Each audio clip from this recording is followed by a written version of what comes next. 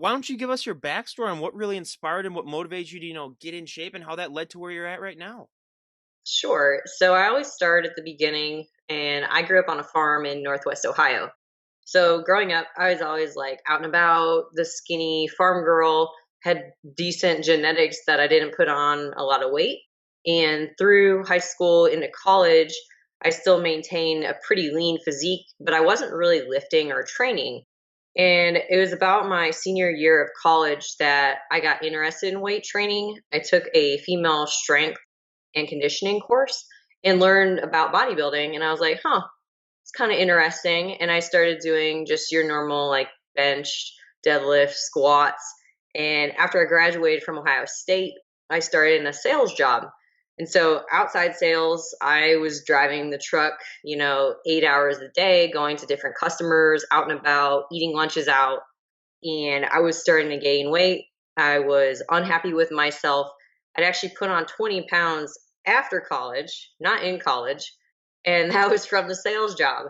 And I decided, enough was enough. My genetics would play against me eventually if I didn't reel it in because a lot of my family is overweight, has some pre-diabetes, some heart conditions, and I definitely didn't want to have that for myself. So I was like, I'm going to look into this bodybuilding thing. This was in 2015, and I just reached out to the gal who had taught my course, and she actually was a coach, still is, and she like, yeah, I'll help you do a prep for your first show. So it was the beginning. It was in the middle of 2015. I started a 16-week prep for NPC figure and did a show in St. Louis, and I placed last. And it was just like the last 3 weeks or so, I was kind of getting burnt out. I'm like, I'm never doing this again. This is awful. I felt all alone by myself. And part of the reason that I got into bodybuilding, it wasn't just for like the extreme weight loss, but it was also like a self exploration process. And I actually became very spiritual during that process. I started going to church again, starting doing my Bible studies again, and learning more about like my inner self.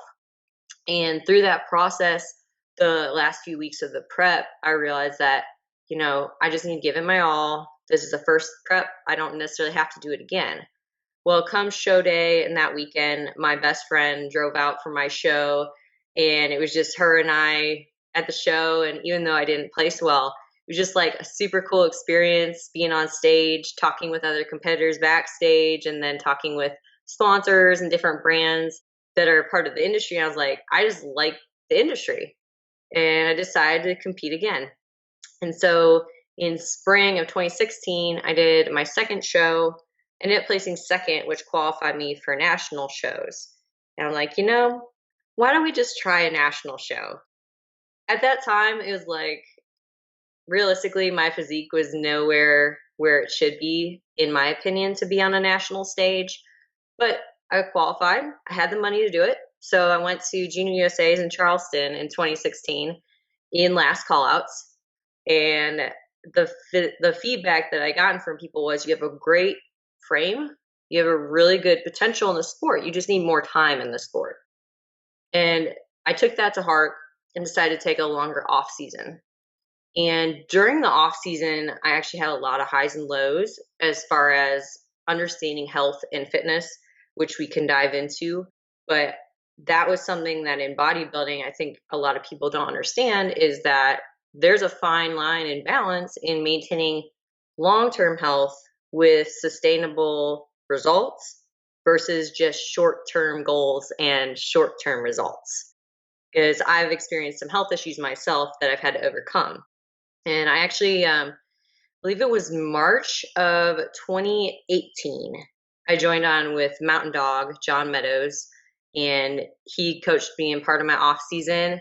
And we decided last year was going to be the year to step back on stage again. So I did a local show in Atlanta. And then the following weekend, I did Junior USA's again. So the Atlanta show, I won the overall for figure. And then at Junior USA's, I placed fourth in figure class B, which I was super excited about. Best package I've ever brought to stage. And I was just thrilled that I felt like the past 3.5, 4 years, I'm actually progressing in the sport. And I'm, super young in the sport. There's a lot of these competitors out there that are starting at age 16, 17, and they are going to have a huge potential as long as they stay focused on the long term and not just getting the short term results. So that's a kind of long story short when it comes to bodybuilding from the past 4 years.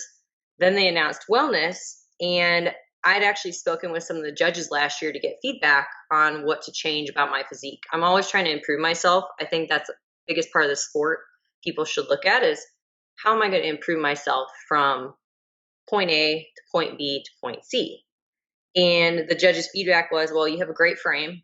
Once again, I had great conditioning, but if you're going to do figure, you either need to bring down your legs or bring up your whole upper body.